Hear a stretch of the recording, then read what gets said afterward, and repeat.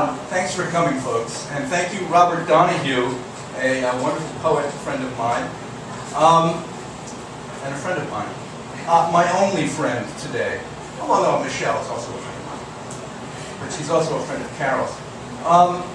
It's really tremendous reading with Carol. I don't know if the folks that she's with have been told that we're old colleagues, going back quite a ways.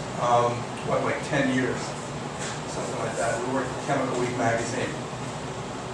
And man, you know, we knew we had to write something better than ethylene, you know, market prices and stuff like that. Before I get started, you know, whenever I get a chance to do a feature reading, I like to read something by somebody else. So I'm going to do that. I'm going to read something by Ernest Hilbert from his new book, All of You on the Good Earth. Published by Red Hand Press, just came out, and you know, leave it to Ernest to have like the most apropos thing in his book. Okay, I think tonight is Oscar night. Am I right? Okay. Envelope, please, by Ernest Hilbert. Thank you. Oh, thank you. Hold up, statuette. Thank you. Breathe. So much. This is just too much. I couldn't have done it without the drugs and the booze. It took a whole lot of sweat and tears. Mostly sweat. It's such a huge, huge honor to be here. It sort of bugs me that it took so long, but here I am. I'd also like to thank the drugs. Wait, did I say that already? Okay. The booze? Right. Well, man, sob. I had fun, slam award on podium. And they were really good drugs. I'd also like to thank Ignore Q, fans, friends, you at home, dealers, mom and dad, but most of all, I'd like to cut the car ad.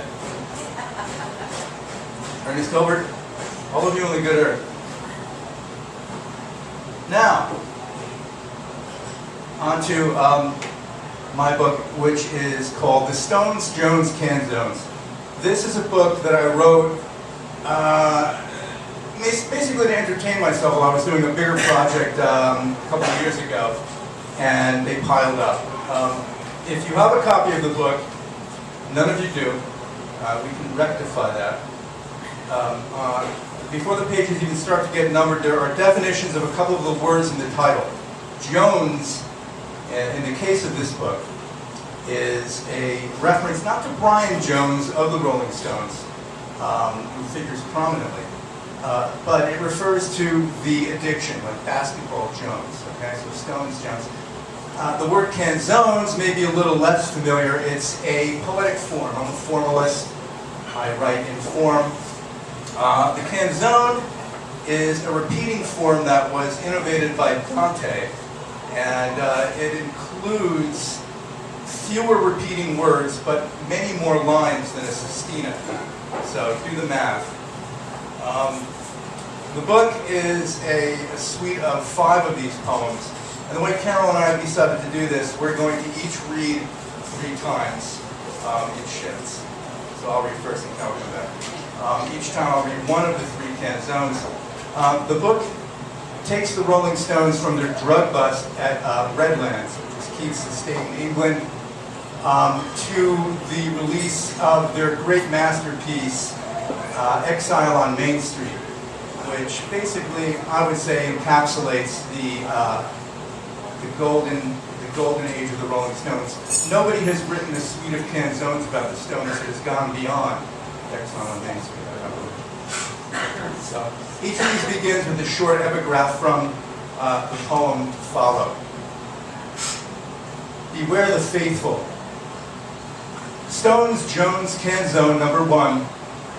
The Stones in Morocco.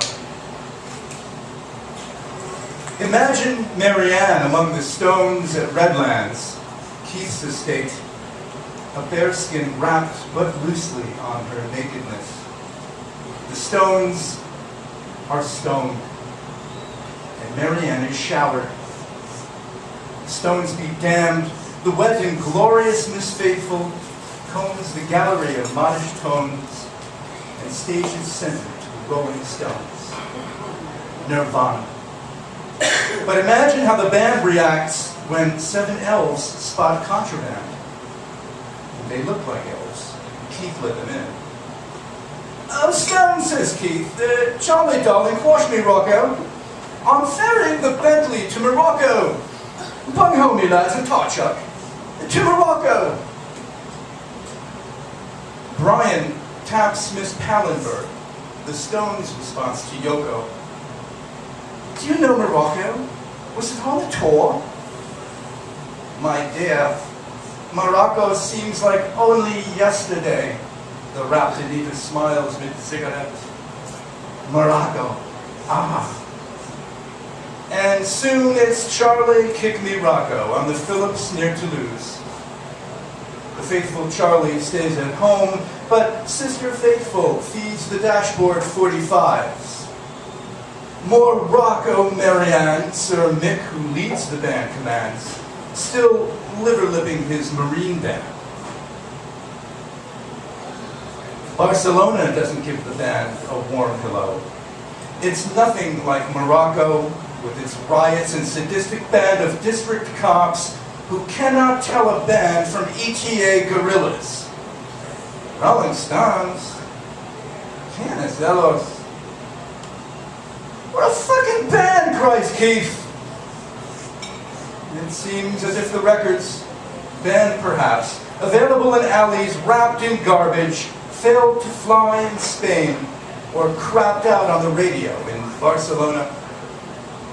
Band and blondies do the overnight. Their faithful fans stay out of sight. Beware the faithful. Brian, sickly, lacking faith, full of jealousy, was left in France, a band of paisley round his midriff.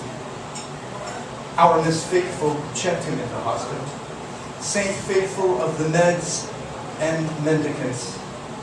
Morocco hailed across an azure sea. The faithful? Fuck the faithful. All the faithful want are records, tours, the Rolling Stones. Outrageous. Slings and arrows, sticks and stones. Our party has a rap to beat. The faithful, they can wait. And so can Brian, wrapped in paisley, paranoid, committed, trapped. Bill Wyman is invisible. He scrapped the gig again, a Marianne unfaithful. Rhythm section in absentia, rapped the singer. Keith demurred, and that session wrapped before it started. Now, your favorite band in Africa, where hash is powder wrapped with flowers in the Casbah attics. Wrapped in flowers, everybody finds Morocco to his liking, like a whole Morocco, with the 7-string guitar unstrapped, is like a hive, a blackout for the Stones, a pile of flower petals on the powdered stones. But nothing lasts forever, friends. The Stones will roll as truths will out, a verdict wrapped in newsprint, or a song you sell the faithful. Tears go by. Now Brian's back. The band are in a slump. They can't retrieve Morocco. Little hip-hop move there. Carol? Ladies and gentlemen, Carol Nielsen.